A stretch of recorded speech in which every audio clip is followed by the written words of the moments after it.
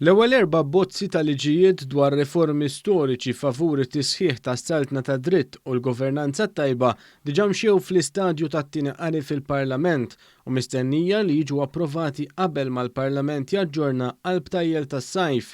L-abbozzi tal-liġijiet issa se jiġu dibattuti fil-Parlament. Il-ġimgħa l-oħra l-Gvern ressaq 10 abbozzi ta' liġi li permezz tagħhom pajjiżna se jibda jimplementa l-proposti li ressaq u li ntlaqgħu prattikament kollha mill-Kummissjoni Venezja.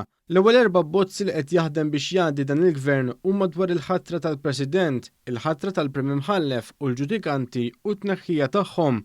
U x-xogħol u l-mod kif isiru l-ħatriet fil-Kummissjoni Permanenti kontra l-Korruzzjoni.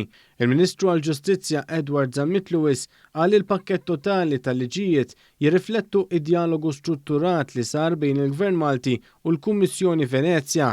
Ressaqna l-iktar erba li huma relattivament importanti fejn jidħol il-President ta' Malta, fejn tidħol dixxilpina, ħatra u tneħħija jekk ikun hemm bżonn ta' xi membru tal-ġudikatura u wkoll il-Kummissjoni Permanenti ta' kontra l-Korruzzjoni.